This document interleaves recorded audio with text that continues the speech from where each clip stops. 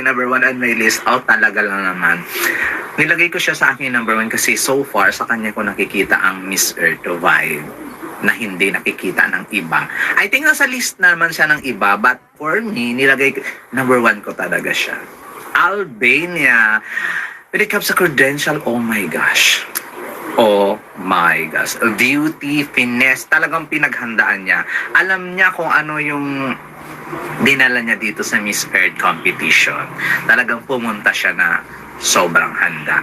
Hindi lang si Miss Philippines ang handa at saka si Netherlands, siya din, si Albania. At talagang nakikita ko talaga yung vibe na, oh my gosh, makikibagbardagulan siya ng bonggang-bongga kay Miss Philippines at kay Netherlands.